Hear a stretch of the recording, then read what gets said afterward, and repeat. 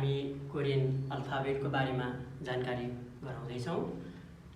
जसलाई हामी कोरियन अल्फाबेटलाई चाहिँ हानगुल अल्फाबेटलाई कोरियन भाषामा हानगुल भनिन्छ।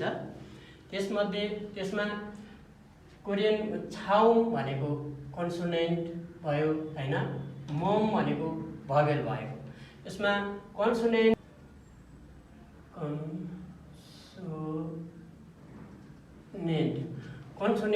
जम्मा 14 + 5, सिम्पल कन्सोनेन्ट चाहिँ 14 वटा हुन्छ। सिम्पल कन्सोनेन्ट 14 वटा हुन्छ। डबल कन्सोनेन्ट चाहिँ 5 वटा हुन्छ। यसमा मम भनेको भवेल,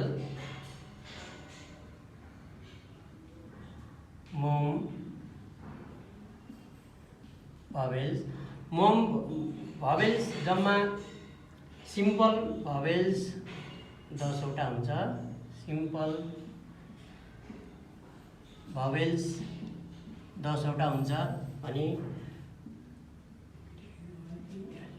डबल भवेल्स 11 वटा हुन्छ। आज हामी कन्सोनेन्ट 14 वटा कन्सोनेन्ट कसरी लेखिन्छ त भनेर सिक्दैछौँ। यसलाई यस्तो धर्को तान्दा ग, यसलाई ग भनिन्छ। सिधा तानेर तल झार्दाखेरि न, धर्को सिधा सुने द, र, म,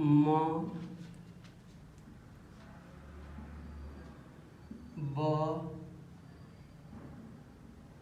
स, जिरो गोलोलाई अ, ज,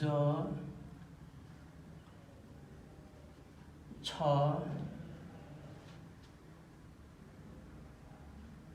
ख,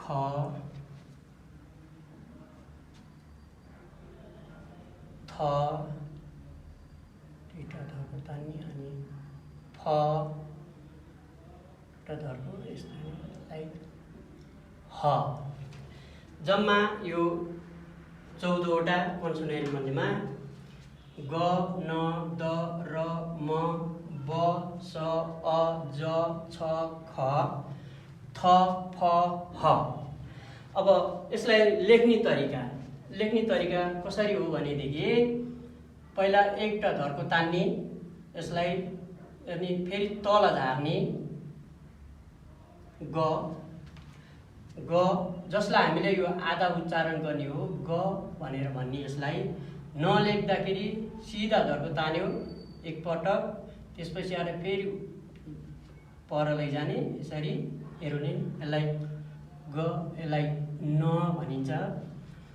द धर्को तान्ने, माथि तलको अलिकति माथि लाने। यसलाई पहिला 1 स्टेप, 2 स्टेप, 3 स्टेप, यसरी यसलाई द भनिन्छ।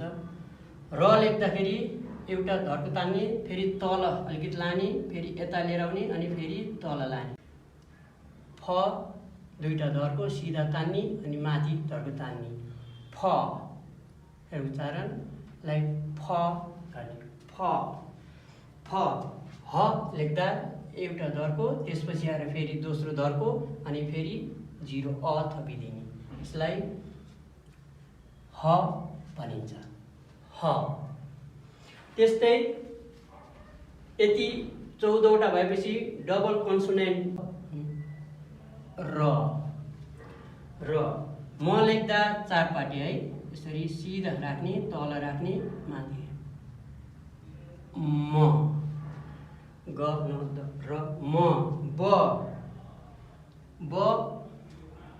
ब लेख्दाखेरि सिधा तान्ने, फेरि यता लिएर जाने, माथि लिएर जाने, ब, ब ब स लेख्दाखेरि छड्के छड्के सिधा ल्याउने अनि यस्तो बिचमा काट्ने, यसलाई पातलो स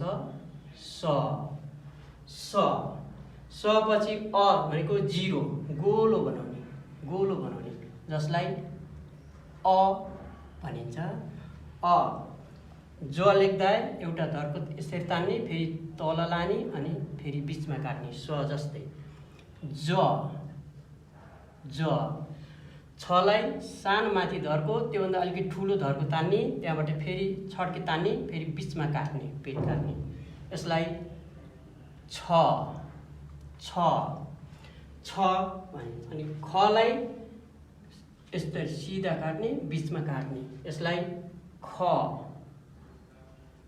ख ख थ लेख्दा इ लेख्ने, इङ्ग्लिसको इ जस्तो, यसलाई थ। डबल कन्सोनेन्ट जुन 5 वटा चाहिँ कसरी लेखिन्छ भन्दाखेरि ग ग ग दुईटा गरे भनेदेखि यसलाई क भनिन्छ। अनि यो जुन द थियो, द दुईटा सँगसँगै आयो भनेदेखि यसलाई त उच्चारण गर्ने, त भनिन्छ। त्यसपछि ब दुईटा सँगै आयो भने, ब दुईटा सँगै आयो भने यसलाई प भनिन्छ। ज ज आयो भनेदेखि च उच्चारण गरिन्छ। त्यसपछि स स दुईटा आयो भने यसलाई मोटो स भनेर भनिन्छ। 5 वटा क त प च स।